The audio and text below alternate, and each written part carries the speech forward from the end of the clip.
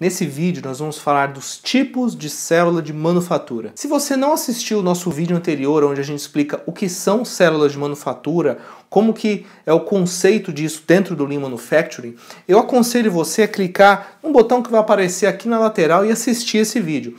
Agora, se para você não é novidade o que são células de manufatura, já está entendido o conceito, legal, a gente vai continuar aqui explicando os tipos diferentes de célula de manufatura que a gente tem. O primeiro modelo de célula de manufatura, que foi o que a gente falou no vídeo anterior, é o mais comum, é o mais conhecido, que se chama célula de manufatura por produto com predominância de máquina.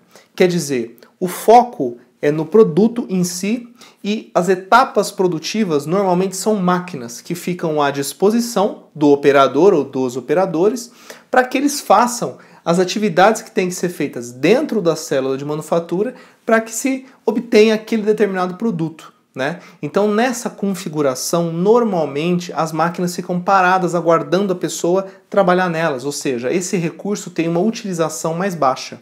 Né? Então, dependendo se você tem máquinas caras, se você tem processos que dependem muito de máquina, cujo recurso seja um gargalo, então já passa a não ser mais um modelo tão interessante. Esse é o modelo normalmente falado, normalmente usado no sistema Toyota de produção. Outro modelo muito parecido com esse, também bastante utilizado, é a célula de manufatura por produto com predominância de homem. É a mesma coisa, é a mesma estrutura, porém, nas etapas produtivas dentro da célula de manufatura, a gente não está falando em máquinas. A predominância são processos mais manuais. Como assim? Uma etapa é uma lixa manual, a outra etapa é uma inspeção visual, a outra etapa é embalagem. Quer dizer, são etapas mais manuais. Nesse caso, você não tem máquina parada esperando o processo. E no final das contas vai ser a mesma coisa, só que aí você não vai ter problema de utilização de equipamento. É nesse modelo que a gente normalmente encontra células de manufatura com muitas pessoas, né? Quer dizer, você acaba tendo processos onde fica um pouco mais fácil ir colocando funcionários e colocando mão de obra dentro da mesma célula. Só que uma coisa que a gente tem que ter em mente é o seguinte: quanto mais pessoas dentro da mesma célula, mais difícil é balancear o trabalho individual, ou seja, as atividades de cada um, de maneira que não haja paradas aguardando o processo anterior, aguardando o processo posterior, aguardando o colega de trabalho. Nesse caso, acaba sendo mais vantajoso fazer mais células de manufatura, só que menores e com menos pessoas, porque a tendência é que você consiga balancear um pouco melhor as atividades das pessoas e você tenha menos tempo parado. Bom, a terceira maneira de você montar uma célula de manufatura, o terceiro arranjo, é o chamado célula de manufatura por processo. Com esta configuração, a gente não está trabalhando só com um produto ou um pequeno lote de produtos dentro da célula. O que a gente está fazendo é um arranjo para se utilizar da melhor maneira possível o tempo do homem e o tempo da máquina. Como assim? Imagina que você tem um processo sendo feito em uma máquina que ela é automática. É uma máquina que exige o tempo do operador apenas em alguns momentos. Por exemplo, um centro de usinagem, uma máquina de injeção de plástico. Essa máquina, uma vez feito o setup e abastecida, ela vai trabalhar e os únicos momentos onde a pessoa vai ter que interagir com a máquina é talvez para fazer um setup para a produção seguinte ou para ir tirando os produtos acabados. Né? Quer dizer, em grande parte do tempo essa máquina está trabalhando sozinha. A gente vê em algumas empresas nesse processo, a pessoa fica do lado a postos, caso a máquina exija atenção. Só que no final das contas você está utilizando muito pouco tempo da pessoa. E nesse caso se aplica a célula de manufatura por processo. Você coloca uma outra máquina para essa mesma pessoa também operar. Quer dizer, você tem máquinas que estão viradas para o mesmo operador que fica no meio. Esse operador dá atenção para uma máquina, coloca ela para rodar, uma vez que ela está trabalhando, ele dá atenção para outra máquina. Quer dizer, você consegue fazer com que as máquinas trabalhem ao mesmo tempo e dividindo a atenção do mesmo operador. Não necessariamente fazendo o mesmo produto. Aliás, muitas vezes fazendo até produtos diferentes.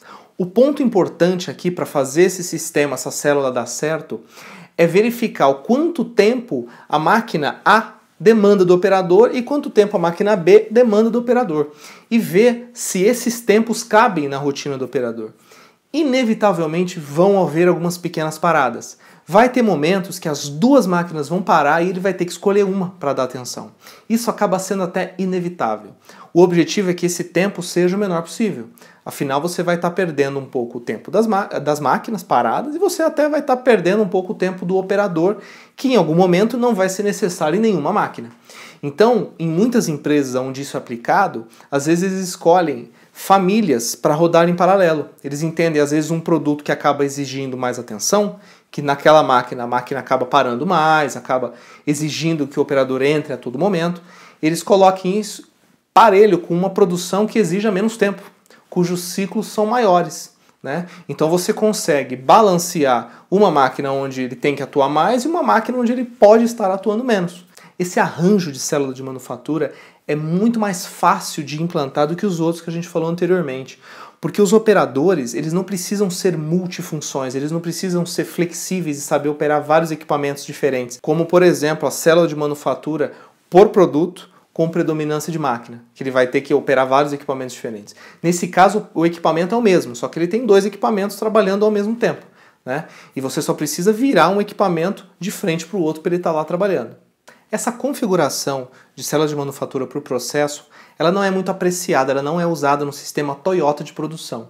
Eles julgam que dessa maneira fica muito difícil balancear o processo fabril, o processo produtivo. Quer dizer, fica difícil criar uma cadência entre as etapas produtivas dessa maneira, o que acaba acarretando em mais estoques intermediários, em mais lead time de processo. Mas a gente aqui da Codeva julga que isso pode ajudar muitas empresas, pode trazer melhorias para muitas empresas, então a gente recomenda em muitos casos. Para fechar, existe um último modelo de célula de manufatura que nada mais é do que a mescla entre os modelos por processo e por produto. Quer dizer, você tem uma máquina que trabalha automaticamente em grande parte do tempo e você tem atividades manuais ou em máquinas mais simples antes ou depois desse processo. Quer dizer, você consegue colocar uma pessoa num posto de trabalho relacionado a uma máquina que trabalha muitas vezes em grande parte do tempo sozinha e você coloca outras atividades para ele fazer antes ou depois, em que essa máquina finalizou cada um dos ciclos dela. Um bom exemplo que a gente pode colocar era uma máquina de injeção plástica que vai soltando a cada ciclo um determinado número de peças. O operador pega essa peça, rebarba, limpa e embala. E a soma dos tempos de rebarba, limpeza e embalagem seja mais ou menos o tempo de ciclo da máquina. Quer dizer, a máquina está trabalhando e ele está trabalhando em atividades que estão inerentes ao processo da máquina. Obviamente existem muitos outros exemplos que a gente pode pensar, mas esses aí vão ficar para outros vídeos. Bom, gente, muito obrigado por assistir nosso material. Se gostaram, curtam aqui, se inscrevam no nosso canal que a gente está sempre liberando material e obrigado aí pela audiência, até mais.